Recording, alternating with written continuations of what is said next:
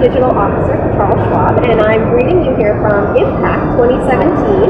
This is an event that we hold every year, and I know Michael has been here. Absolutely, an enormous event that you hold here. You have, what, 2,000 advisors this year? 2,000 advisors, as well as many thousands of sponsors and others that participate in this. Yeah, I think the exchange this year is literally larger than a football field of just solutions for us, for our business. That's right. Pretty amazing. Yeah, and a lot of what we do here at Impact is talk about the future and try to help advisors start thinking about their businesses, how they can grow them and thrive. And one of the themes we like to talk about is technology. So I'm actually thrilled to spend some time asking you some questions.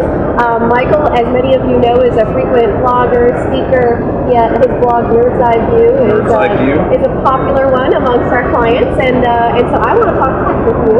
Talking tech. Let's do it, right? So let's start talking a little bit about trends and what you're seeing and hearing from advisors that you spend time with them, what you see out there in the ecosystem. What are the biggest trends that are affecting advisor practices? So to me, one of the biggest trends that's rolling through our space right now is, I guess, what I'll call Robo 2.0. So Robo-Advisor 1.0 was these companies like Betterment and Wealthfront that made these neat, really tech-convenient tools to open accounts, investment accounts, have them managed. It went directly to consumers. I think we've now figured out that there's maybe a small subset of consumers that want to buy that, but the technology actually has much broader application. Right. And that now it's coming in to say, how can we use this as advisors? And I'm 17 years in the business, so I started back in the peak of the tech bubble. And I remember when I was coming in to the advisor world in 2000, very much of the same conversation, like, why would you be a financial advisor now that we have online brokerage accounts? It's so easy, a baby can do it. Why would you see the commercials? Why would you become a financial advisor? The internet is going to replace all of them. And of course, what ended up happening instead is the internet didn't replace us as financial advisors. The internet became the technology we all use, to the point that we don't even say, like, I'm a web-based financial advisor because I use Schwab.com instead of just calling everything in. Like, it's just the natural technology we use. Right, the role of the advisor changes. And that's the effect, right?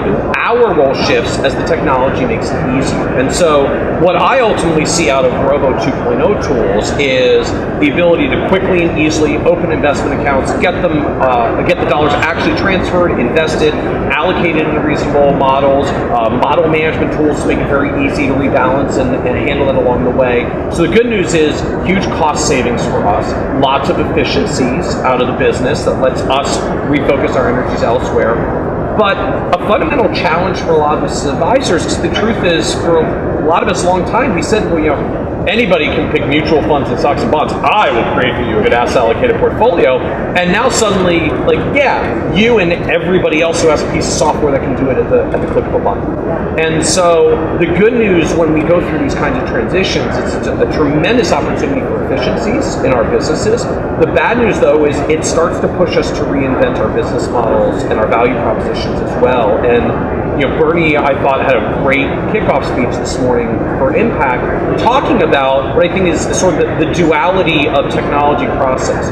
Really cool to have some efficiencies, not so comfortable with some of the uncertainties that get created when you're trying to figure out what does my world look like on the other end of all this technology stuff. And I think very much we're experiencing one of those moments in our advisory community as well. All these efficiencies that are coming through the technology, but raising some hard questions for some firms about, okay, when you can do all that in the click of a button, what exactly is your value in the process as an advisor? And I think there are lots of opportunities for us to add value. They look different than what we did in the past. And you know that other industries have gone through this. You can think about travel, you can think about medicine, right? And the role of the expert has changed over time because of the way technology can leverage finance. And places like the travel industry, I think, are fascinating. We've all heard the story of what the internet did to travel agents and destroy the travel industry, but being a nerd, I like to actually look up the data on these things. Yeah. And when you actually look up the data on travel agents, what you find out is the travel agent industry has twice the output now that it did in 2000 before the internet showed up. It's like they got more than twice as large, even as technology came through and quote, disrupted them, because what ended up happening was about 45% of travel agents did nothing more than what Travelocity and Expedia and Priceline and all the rest did, and they got knocked out of the business. And the other 55% said, this technology is awesome, we're going to use it to serve people better and then add our value on top. And so travel agent productivity went up 300% in 15 years. They served twice as many people with barely half the number of travel agents, but the whole value proposition changed. Like, sure, you can buy the tickets online. I will create a great travel experience for your family. Yeah, and Schwab, we talked a lot about that combination of human and technology, and I think that's a great example. So let's jump a little bit forward, because we also talked this morning in our opening at Impact around future trends. So if you were to fast forward, look into your crystal ball, 5 years from now, what kind of FinTech, what kind of technology do you think will impact our industry? So I think the biggest change that we're on the front end of for technology in the industry isn't actually just what happens when some of these robo-technology investing tools come through and do what they're doing now with all the operational efficiencies that we get out of them. It's what comes next.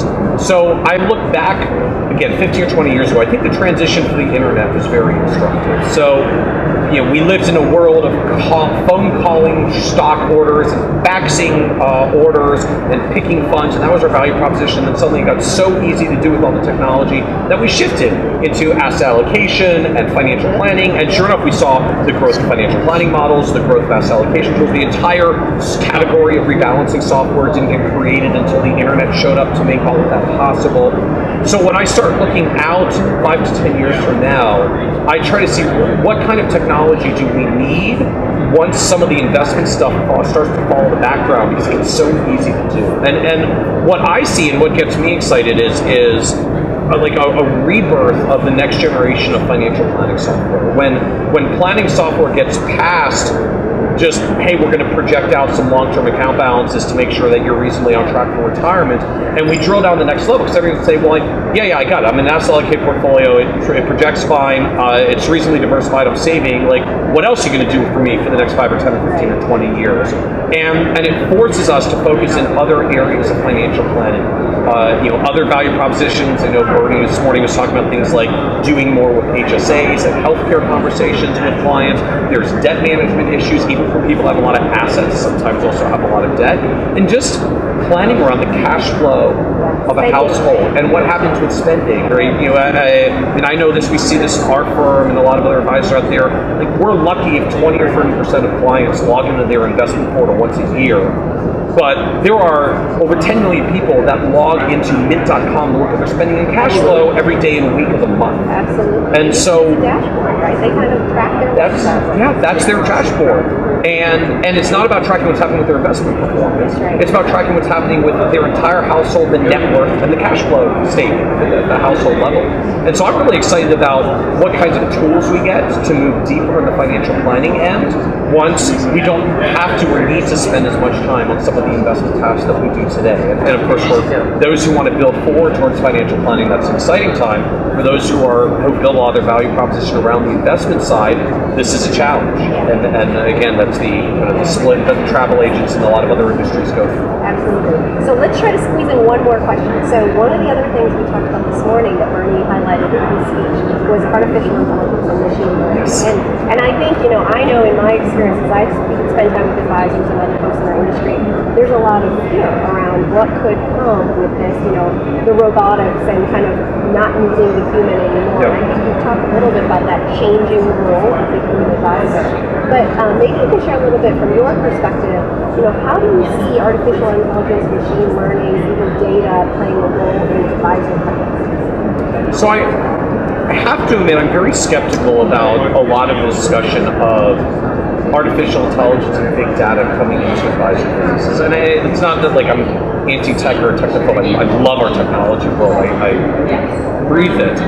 But the challenge to me around it is what we do with clients are not big data workers. Every client's unique when you get down to the individual. Every advisory firm is unique. And just in a world of big data, where it's about millions and millions of data points, we don't have millions of data points as advisors. We only can handle a couple dozen clients at a time, and then we cap out. I like to call it little data. Yeah, I call them we don't have big data problems, we have small data problems. There you go. And so there are huge opportunities, I think, for firms like Schwab and what you guys are doing and how you can leverage big data to bring insights about what's happening in the entire industry and probably across the entire advisor and client base of everybody on institutional, over $1 trillion+ dollars. So I think it will be fascinating. We'll learn new things about how advisors behave and what consumers are doing that we don't have perspective on now. But when I look at it at the individual advisor level, my biggest excitement is not about advances in big data. It's about the advances in small data. It's things like every advisory industry benchmarking study. We all evaluate practices the same way if we want to look at how we're doing on growth. You have some starting balance, then you had new assets from new clients, new assets from existing clients, lost assets from terminated clients, lost assets from existing clients, and then some change in markets. And that's how you reconcile the components of your core growth. And some people will even break out the lost clients in subcategories. They fired us for investment performance, they just weren't happy. We might break out the growth categories. This was client referrals, this was COI referrals. It's the most basic dashboard to track growth, and none of us have tools to do it. We all have to manually recreate it from portfolio accounting software tools because they're just not built today to give us the kinds of small data insights that we need to run our businesses most effectively. And so I'm sure someone will roll all that data up across 1,000 advisors and get a fascinating perspective into what's happening in the industry. But I'm excited at the advisor level just to get better perspective on my practice when we start solving some of these small data problems and give us better metrics to really run our businesses like data-driven businesses. Well, it's such a sign of the maturation of the industry, right? Because now we have so many advisors that are growing so quickly. We have the data and we can use it. So yeah, until all the technology connected all the data, we didn't have any way to roll it up. So it's all the interconnectivity that makes all this possible. But just when I look at what we do with all that data, at the enterprise level, fascinating opportunities for big data. At the advisor level, I'm excited about the small data enhancements there. Great. Well, wonderful perspective. I want to thank you for being here with us at Impact. Thanks so much. And I want to thank all of you for joining us today. If you want to follow along in the conversation, you can follow us at #SchwabImpact. Lots of exciting stuff going on here, and we're excited to celebrate with our clients. Awesome. Thank you. Thank you. Thank you, Michael.